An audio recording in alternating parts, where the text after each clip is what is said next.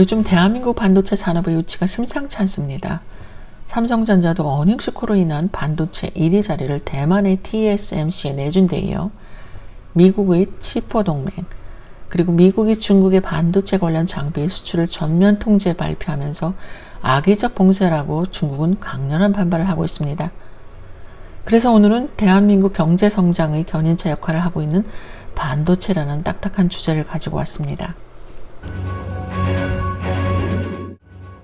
우리는 하루도 반도체 없이는 살아갈 수 없게 되었습니다.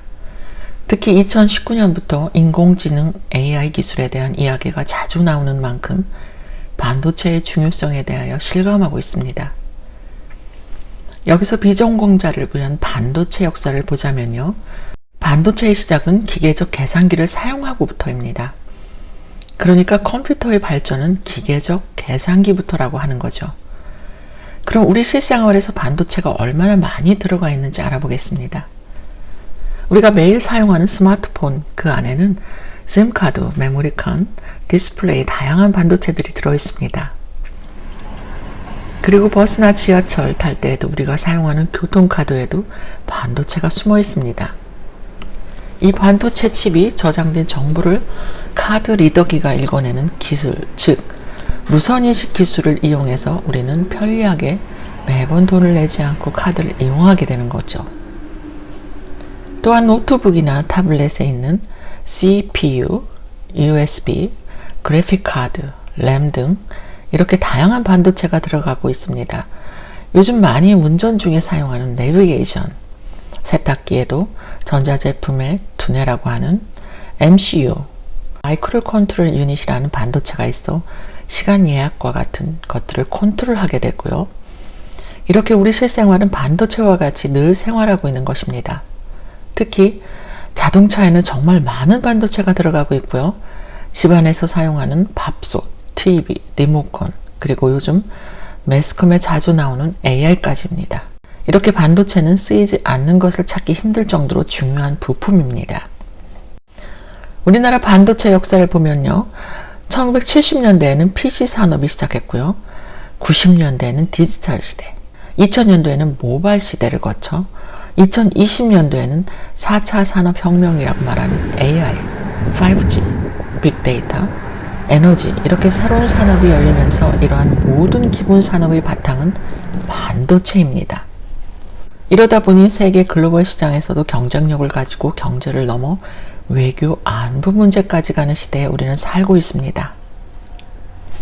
그리고 우리나라 윤석열 새 정부가 가장 추진하는 산업정책이 반도체 초강대국 건설이기도 합니다. 반도체가 국가 핵심 산업이라며 적극적으로 지원하겠다고 나서기까지 했었고요. 그런가 하면 얼마 전 조 바이든 미국 대통령이 한국을 방문한 주된 이유이기도 했습니다.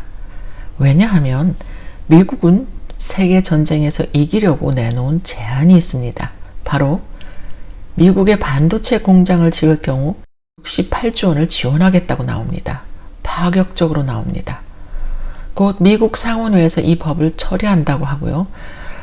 왜 이렇게 미국에서 강하게 나오냐? 사실 반도체는 경제 문제는 물론 안보 문제이기 때문입니다. 중국의 통신기업이 미국의 군사 안보 구역을 노리고 있다고 생각하기 때문에 더더욱 그럴 것 같습니다. 다시 말씀드리지만 반도체는 경제 문제는 물론 안보 문제이기도 하기 때문입니다. 이러한 가운데 미국은 칩4 동맹을 만들자고 나서고 있습니다.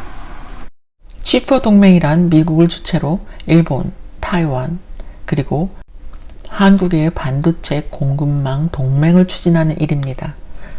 현재 우리나라의 반도체를 강력하게 요청을 했습니다. 우리나라는 특히 메모리 반도체의 선두이고요. 소재와 장비 강국인 일본, 비메모리 반도체 타이완, 그리고 반도체의 원천 기술을 갖고 있는 미국, 이렇게 4개의 나라를 호칩이라고 합니다. 그래서 미국은 이렇게 4개의 나라를 협력하면 충분히 중국을 배제할 수 있다고 보는 것입니다. 사실이고요. 이렇게 되면 미국은 굉장히 안정적인 공급망이 된다고 생각하고 있고요. 그러니까 중국의 반도체를 억제하기 위해서 칩4 동맹을 추진하는 셈입니다. 반도체에 온 힘을 쏟고 있는 중국으로서는 위협을 느끼는 건 두말할 나위 없습니다. 특히 자기 나라라고 하는 대만이 들어있어서 아주 예민합니다. 중국 대사 싱하이밍은 우리나라의 반도체 핵심 인사들과 만나서 이렇게 말합니다. 외부 간섭을 배제하자. 여기서 외부는 당연히 미국이죠. 더 기회를 주겠다고 말합니다. 여기에서 속으면 안 되죠. 현재 이렇게 미국에서 퍼칩 국가들을 만드는 가운데 중국은 독자적으로 구축해 나가는 모습입니다. 그러나 며칠 전에 미국이 발표했습니다. 미국이 중국의 반도체 관련 장비 수출을 전면 통제 발표하면서 악의적 봉쇄라고 중국은 강한 반발을 하고 있습니다.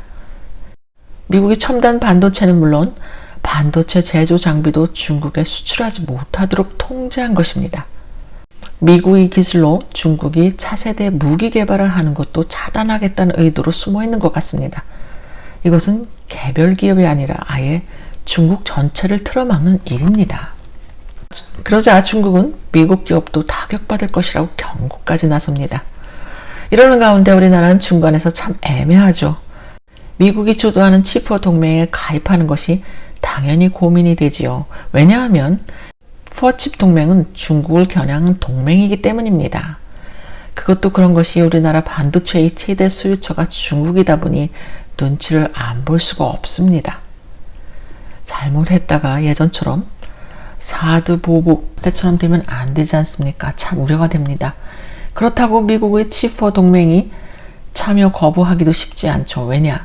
미국은 반도체 제조와 장비 원천 기술을 보유한 나라이기 때문입니다. 만약 미국과 협력하지 않는다면 우리도 장기적으로 힘든 일이죠. 우리나라 반도체 전문가한테 물어보니 반도체의 핵심 기술은 미국이 전부 다 가지고 있고 가장 중요한 노광 장비라는 것을 100% 수입을 한다고 합니다. 그런가 하면 우리나라 반도체 수출의 60% 차지하는 나라가 중국이라고 합니다. 여러분도 아시다시피 삼성전자와 SK하이닉스는 중국의 반도체 공장까지 있지 않습니까? 이러다 보니 우리나라가 쉽게 미국의 요구를 들어줘 치포에 들어가는 걸 결정하기가 쉽지 않습니다. 반도체 산업에서 우리는 미국, 중국, 양국 모두와 긴밀한 관계를 맺고 있는데 이번 제조치에 우리 반도체 산업에 영향을 받을 것 같습니다. 21세기 산업은 반도체가 없으면 올스톱할 수밖에 없습니다. 사실 2020년 이후로 반도체 대란으로 중요성이 더 부각되어 있다고 생각하고요. 그것도 그런 것이 반도체 생산 부족으로 인하여 그동안 자동차 생산의 대란을 겪었던 것을 여러분도 기억하실 것입니다. 이때부터 우리는 더 절감하게 느끼게 되었습니다. 심지어는 삼성전자 여성 임원을 지낸 반도체 전문가이면서 국회의원인 양향자 의원은 이렇게 말합니다. 반도체는 죽고 사는 문제다라고 말을 할 정도입니다. 양향자 의원이 누구이신지 모르시는 분들을 위해서 간략하게 말씀드리자면 대한민국의 전 기업인이자 현 정치인, 삼성전자의 고졸 여직원으로 입사해서 상무 이사까지 올라 삼성그룹 역사상 첫 여성 출신 임원이라는 기록될 정도의 훌륭한 여성입니다. 이분이 민주당에 입당하실 때 하신 인사말이 생각납니다. 학벌의 유리천장, 여성의 유리천장, 출신의 유리천장을 깨기 위해서 모든 걸 다 바쳐 노력했다. 대단합니다. 다시 돌아가서요. 오늘날 중국이 이렇게 성장하는데 가장 일조한 게 미국이라고 생각합니다. 그런데 이제 와서 너무 커지니까 견제하려고 강한 조치를 내리고 있습니다. 단기적으로 보면 우리에게 약재지만 장기적으로 보면 우리가 어찌할 수 없는 중국을 굴릴 수도 있을지 모를 절호의 기회라고 봅니다. 중국이 동북아시아에서 깡패짓을 할수록 우리가 대응하기 힘들어지는데 우리 스스로 마땅히 조치를 할 수 없다고 생각합니다. 그나마 큰 집에서 해결해 주려고 나서니 다행이라고 생각합니다.